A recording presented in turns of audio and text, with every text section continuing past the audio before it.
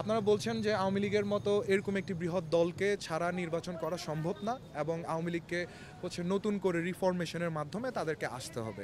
আমার প্রথম প্রশ্ন যে একটি দল, একটি রাজনৈতিক দল যখন একটি গণহত্যার দায় নিয়ে তার সরকার বা তার দলীয় নেতৃবৃন্দ দেশ থেকে পালিয়ে যায়, সেই রাজনৈতিক দলের আসলে কতটা রাজনীতি করার ওই জায়গাটা রয়েছে তার বিচার হওয়ার আগ পর্যন্ত।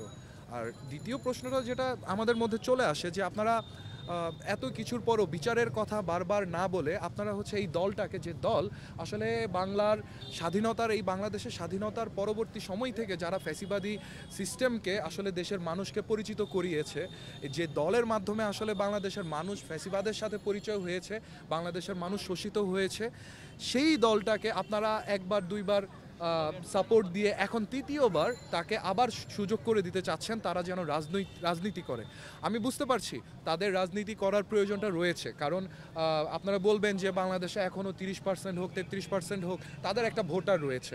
অবশ্যই আমি মানি তাদের ভোটার রয়েছে, তাদের ভোটাররা নিশ্চয়ই সবাই তাদের যে রাজনৈতিক দলের নেতৃবৃন্দ রয়েছে তাদের মতো বিবেকহীনভাবে দেশের জন্য চিন্তা করেন। আমরা দেখেছি এই গণ অভ্যুত্থানে তাদের রাজনীতি করা অনেক মানুষজনই আমাদের সহযোদ্ধা হয়েছেন। সো বিষয়টা কোথায় হচ্ছে, তাদেরকে আমরা ভোটের অধিকার কেড়ে নিব না।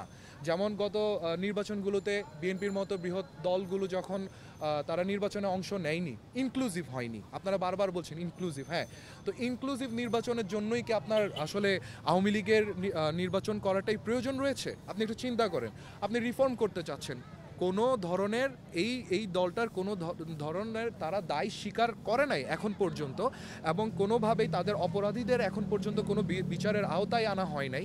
সেই জায়গায় আপনারা যখন আসলে আমাদের যারা শহীদ হয়েছেন, আহত হয়েছে, আমরা যারা আমাদের রক্তের উপরে আপনারা যদি বেইমানি করে তাদেরকে নির্বাচন করার সুযোগ করে দেন, তাহলে আসলে প্রথমবার যখন গণ অভ্যুত্থান ঘটেছিল বাংলার মাটিতে, এবং তখন আসলে গণ অভ্যুত্থানের নেতাদের সাথে যা হয়েছে, তাও কি আপনারা কি আপনাদের সন্তানদের সাথে ওরকম সময় কি দিতে চাচ্ছেন উপহার?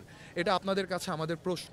আর দ্বিতীয়ত যারা সাপোর্টার রয়েছেন, সাপোর্টাররা জানেন যে ওনাদের নেতারা ওনাদের জন্য কাজ না করে যারা লেজুর ভিত্তিক রাজনীতি করে গিয়েছে গত 15 বছর, তাদেরকেই আসলে কি বলবো, সব দিক থেকে সুযোগ সুবিধায় তারা ফুলে ফেপে উঠেছে এবং বিশ্বের বিভিন্ন জায়গায় তারা এখন পালিয়ে বেড়াচ্ছে, তাদের অহরহ ডলার আছে, তারা খরচ করছে। কিন্তু তাদের যারা আসলে রাজনীতি করতো বা যারা তাদের মাঠ পর্যায়ের কর্মী ছিল, আজকে তাদের কি অবস্থা, তাদের কথা তাদের দল আসলে কতটুকু চিন্তা করছে, ওই মানুষগুলো আসলে বুঝে যে দেশের মানুষের আসলে কোনটা প্রয়োজন। তো আপনারা যদি চান যে একটা রিফরমেশন, আপনার রিফরমেশন হলে আপনারা আওয়ামী লীগকে বাদ দিয়ে রিফর্ম করতে আসেন, আপনারা তাদের মনা যারা আছে ওই ধরনের, তাদের মন মানসিকতার সাথে ওই ধরনের রাজনীতিকে আপনারা নিয়ে আসেন, আপনারা আরও একটি দল নিয়ে আসুন। আমরা দেখেছি অলরেডি 2টি নতুন দলের যাত্রা শুরু হয়েছে, আরও 4টি দলের যাত্রা শুরু করুন, আপনারা তাদেরকে নিয়ে আসুন আপনাদের রাজনীতি করার জন্য। সমস্যা নেই তো, যাদেরকে দিয়ে আওয়ামী লীগ রিফর্ম করতে চাচ্ছেন তাদেরকে দিয়েই নতুন দল আনেন।